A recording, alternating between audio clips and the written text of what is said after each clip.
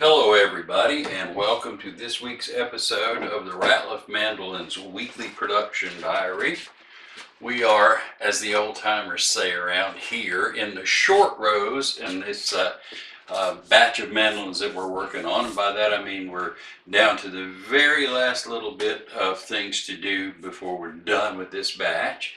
And if you've been following the series, you know that we are down to the last three mandolins have their stain and lacquer applied, and now we just have to put the hardware and the strings on them.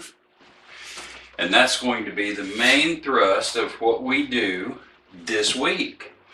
So I'm getting ready and cleaning this bench up so that I can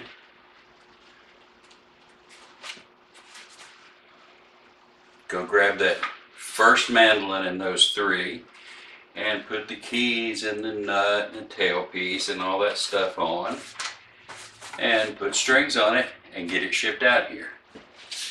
So let's do that. Grab mandolin number one. And I kind of misspoke there just a second ago. It's not actually mandolin number one. It's mandolin number 7. We have 7, 8, and 9 here left in the batch. And I'm just going to take the mandolin number 7, and that's going to be victim number 1 this week. Mandolin number 7 is a very nice tobacco brown sunburst, spruce top, curly maple back, sides, and neck. My normal procedure is to peel the tape off, set the bridge feet next, then I'll install the nut and put the keys on. I'll then install the tailpiece, and by then I've pretty much got everything more or less ready to go. I'll put the truss rod cover on, put the strings on and give it a test play. Maybe dress the frets if they need it, and then we'll have an entirely complete functional mandolin. So that's what we're going to do today to this mandolin, mandolin number 7.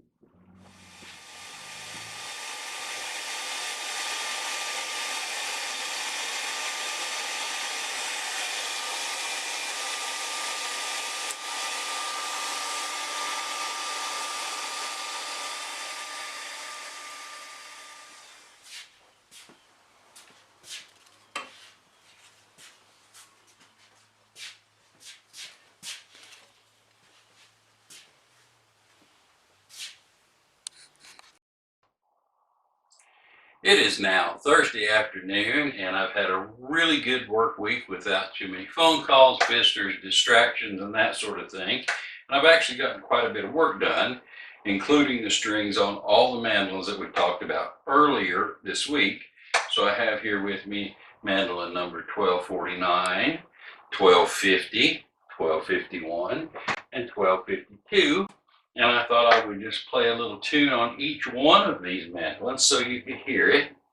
1249 is made out of maple and spruce. It's a country boy, nice satin finish, nickel hardware. And I might mention again that I know some of you are familiar with the story of the maple tree that's roots were growing into our crawl space, and we decided to cut it down. And when I cut it down, it was had some curly pieces in it, and so I saved those. And this is one of those backs. This one comes from a tree just right beside our house, and I will play "Oh Susanna" on it for you.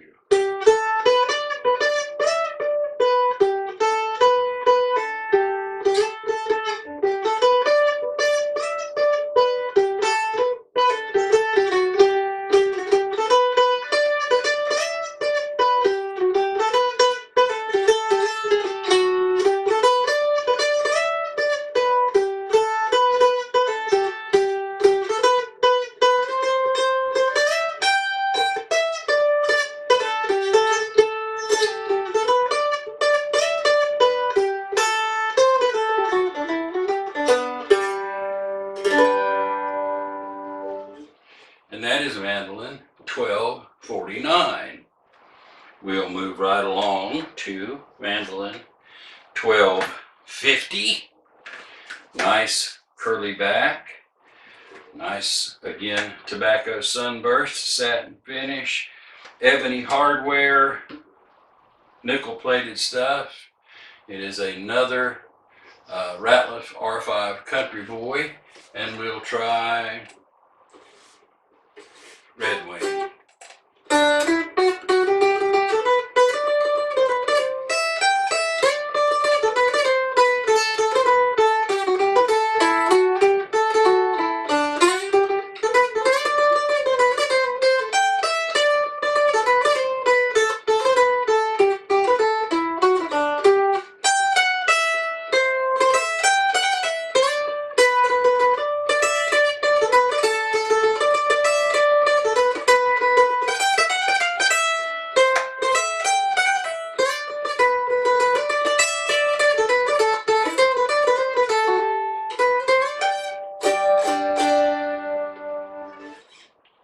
That would be a tune called Red Wing on Mandolin 1250.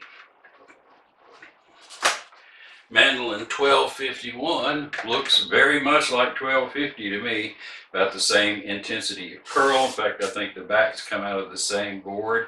Nice side wood, and the sunburst itself was done with the same stains in the same bottle. So they're very, very, very similar mandolins. And for this one, we'll play Down Yonder.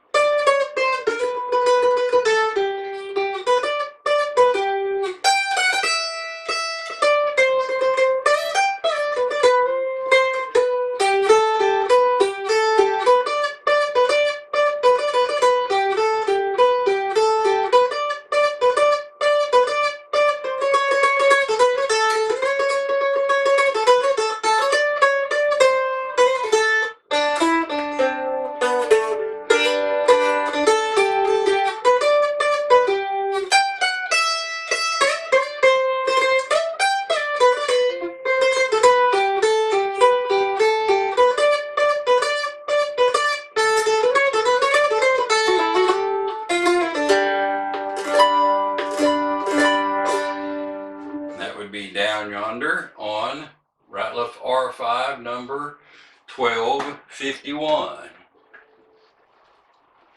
And the final one in this batch turned out to be mandolin number 1252.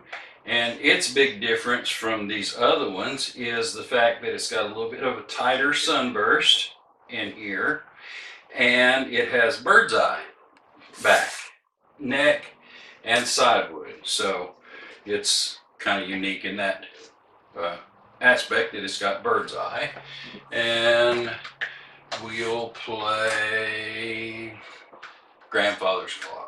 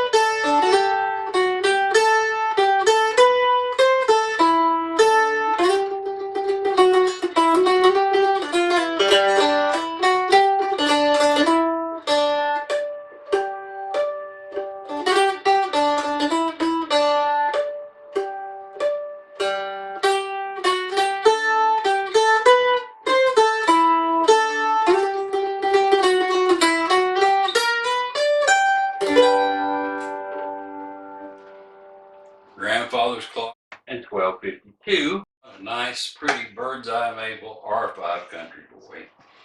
Now, like I said earlier, it's Thursday afternoon, and I am going to case all these things up and get them ready for shipment and all like that for the rest of the day.